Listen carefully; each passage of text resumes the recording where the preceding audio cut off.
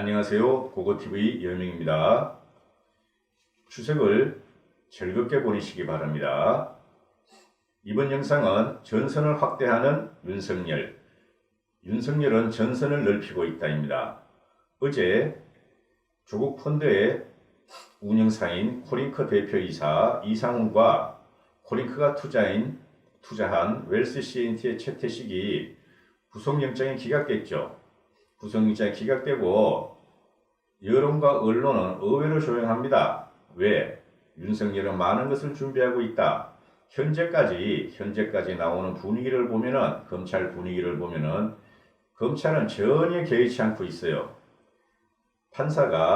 영장 전담 판사가 증거는 충분하다, 피해 사실이 충분히 입증된다 한 것을 떠나서 윤석열은 그동안에 짧은 시간에 전선을 넓히고 지금 현재도 전선을 넓히고 있다는 것이죠. 조국이를 쪼여들어가고 청와대를 지금 쪼여들어가고 있는데, 이런 상황에서 윤석열에 의해서 기소된 정경심은 SNS를 통해서 강력한 저항을 하고 있죠. 조국이는 아무 말도 않고 여전히 모른다, 그런 이야기 할 단계가 아니다 하고 회피를 하고 있지만은 그 안에 정경심은 투쟁을 하고 있는 모습이 보여집니다. 즉, 언론에 공개된 녹취록이 검찰에서 공표한 것이다, 검찰에서 흘린 것이다, 또 정경심과 조국에 대해서 언론들이 집요하게 추적해서 보도를 하자 검찰에서 피해 사실을 공표하는 것이다, 이렇게 말을 하고 있죠. 그리고 이 정경심이 후한무치함과 조국의 후한무치함은 우리가 형언할 수 없을 정도입니다. 또 하나, 이상훈이와 최태식이 구속영장이 기각됐음에도 불구하고 오늘은 아직까지 휴일이 아니죠. 휴일이지만은 아직까지 더불당은 활동을 하고 있죠. 더불당에서 하나의 반박도 안 하고 있습니다. 그만큼 조국이가 쫓기고 있다는 것이고 조국이가 위험하다는 방증입니다. 저는 그렇게 생각합니다. 자, 전선을 넓히는 윤석열이 무엇을 넓히고 있는가? 유재수 씨라고 기억하시죠? 그리고 버닝썬 사건 기억하시죠? 버닝썬 사건의 윤총경. 이 버닝썬 사건의 윤총경은 그 당시에 언론과 대중들이 왜 윤총경을 조사하느냐, 조사해라 했지만은 결국은 조사 않고 아직 현직에 있죠. 그리고 유재수란 사람이 누굽니까? 당시에 부산시 경제부시장이었어요. 그죠? 유재수 사건도 떠들썩했는데 의외로 조용하게 넘어갔어요. 지금 윤석열의 검찰은 수사 범위를 넓혀가고 있고 조국 펀드 의혹을 넘어서 조국 의혹으로 압축시켜가고 있습니다. 조국 펀드는 이거는 잡히게 돼 있어요. 그래서 한쪽으로는 조국 펀드를 갖다가 치고 한쪽으로는 조국 개인을 치고 있죠. 그죠? 조국의 각종 의혹들을 조사한다고 보시면 됩니다. 자, 유재수 사건에 대해서 쭉 읽어 드릴게요. 이걸 갖다가 말로 설명하려니까 좀 저도 헷갈려요. 그래서 읽어 드릴게요. 서울 동부지검 형사 6부가 유재수 사건을 지금 다시 조사하기 시작했습니다. 언제부터? 조국 사태가 터질 때부터. 자, 조국이가 청와대 민정수석 재직 시절에 유재수는 부산시 경제부시장이었어요. 그리고 유재수가 경제부시장으로 가기 전에는 금융위원회 금융정책국장이었어요. 그래서 이 유재수에 대해서 청와대 특감반이 감찰을 중단시켰다는 의혹에 대해서 본격 수사에 착수했다 합니다. 언제? 현재 시점에. 유재수는 금융정책국장으로 있던 2017년 중반에 각종 비리 의혹으로 청와대 민정수석실 특감반의 감찰을 받게 되죠. 여기서 김태우라는 인물을 우리는 튀어나오고 김태우라는 인물에 대해서 많이 알게 되고 김태우가 현재도 싸우고 있죠. 그죠? 청와대 민정수석실 특감반 감찰을 받게 됩니다. 유재수가.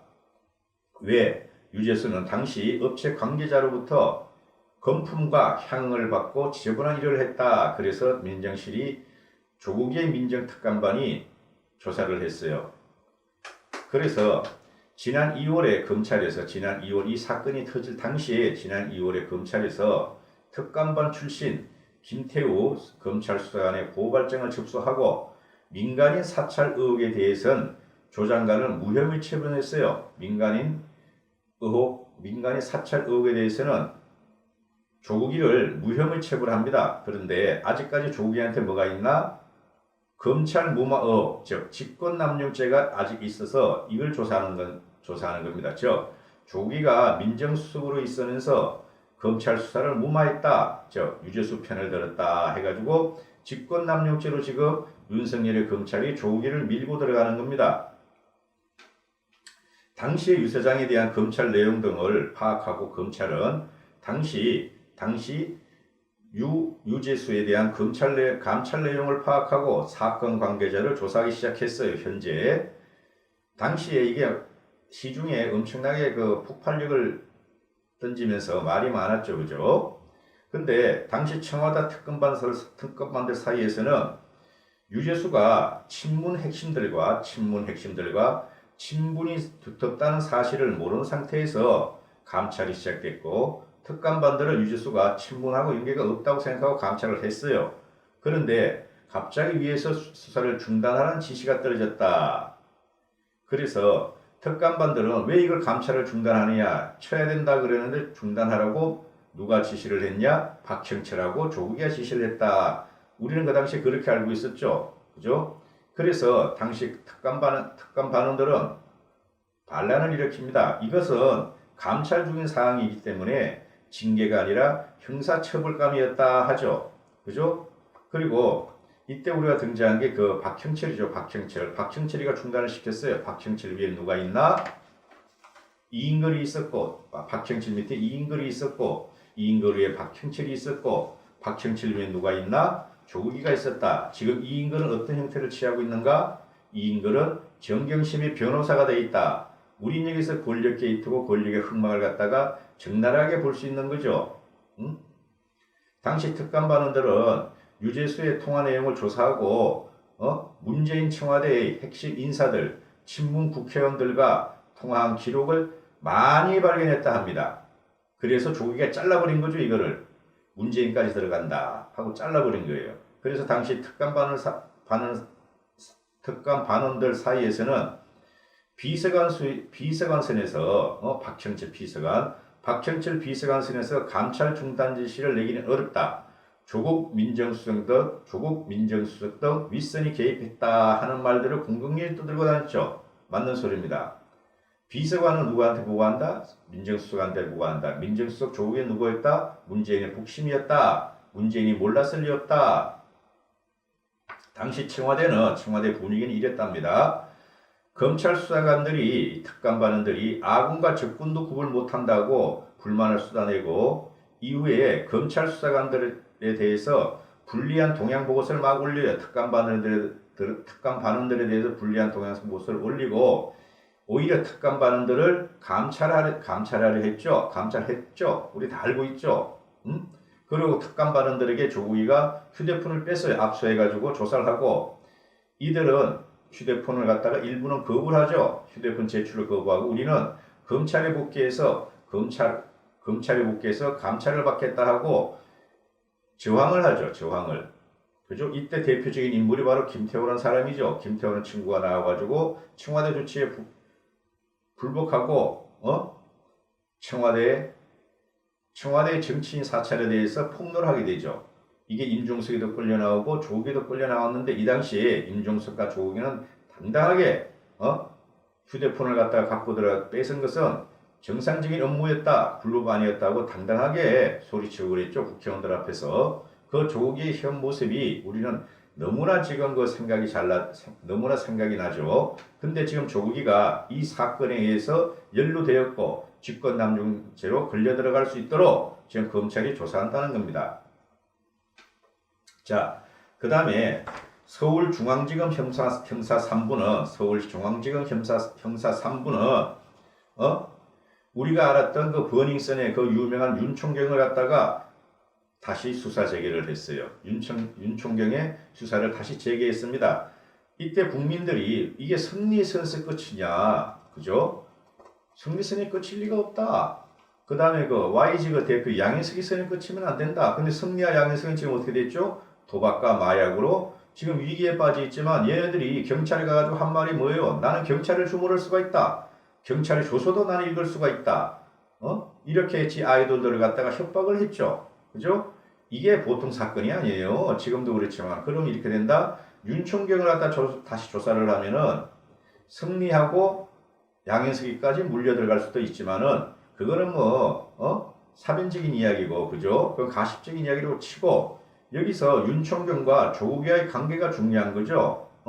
김도비가 물었잖아요. 요번에 청문회에서 김도비가 조국이한테 당신이 말이야, 조국이 당신이 윤총경과 어깨동무를 하고 그렇게 친한 표정으로 사진 찍은 게 있는데 윤총경과 관계돼 있고 친하지 않느냐 그랬더니 아닙니다. 조국이는 아닙니다.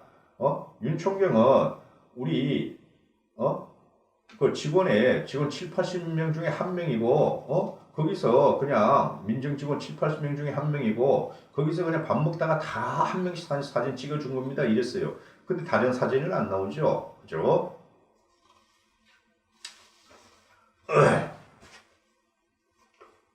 이게 윤총경이 현재 말이죠. 승리 사건을 봐줬다는 것으로 6월 송치돼 있죠. 윤총경이 지금 조사를 받고 있는가 봐요.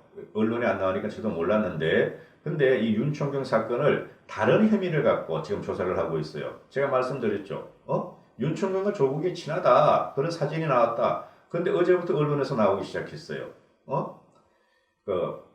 조국 사모펀드에 4개의 펀드가 있는데 한 개의 펀드가 웰스 CNT가 WFM하고 우회 상장을 통해서 떼돈을 벌려 한 게 사건이 있었죠. 그 WFM에 8억을 투자한 큐버스라는 회사가 있어요. WFM에 8억을 투자한 큐버스라는 회사가 있는데 이 큐버스 전 대표가 버닝썬 때 핵심 인물 윤총경과 굉장한 친분이 있다는 겁니다. 윤총경이가 이 큐버스의 주식도 사고 팔아 갔다 그래요. 그죠? 그래서 이게 문제가 된다는 것이죠. 근데 큐버스 전 대표는 지난 7월에 60억 원을 갖다 횡령을 했다는 관계로 지금 압수수색을 당하고 서울중앙지검에서 압수수색을 당하고 현재 조사 중인가 봐요. 그러면은 윤총경과 큐버스가 친하다. 그죠? 그리고 윤총경은 누구의 신복이다? 조국의 신복이다. 그죠? 그럼 윤총경과 큐버스가 연결되고 큐버스는 조국의 사모펀드 WFM과 연결되고 WFM은 조국의 운영사 코링커, 사모펀드 코링커와 연결돼. 이게 다 한꺼번에 움직였다는 거죠. 그죠? 그래서 지금 서울중앙지검에서 조국이의 사모펀드를 걸고 윤총경을 갖다 걸고 들어가면서 조국이를 친다는 거죠. 이렇게 되면 뭐예요? 이해 충돌이라 그러는데 이건 크게 걸리는 겁니다. 크게 걸리는 거예요. 그죠? 여기까지 할게요. 감사합니다. 보고TV 연영입니다.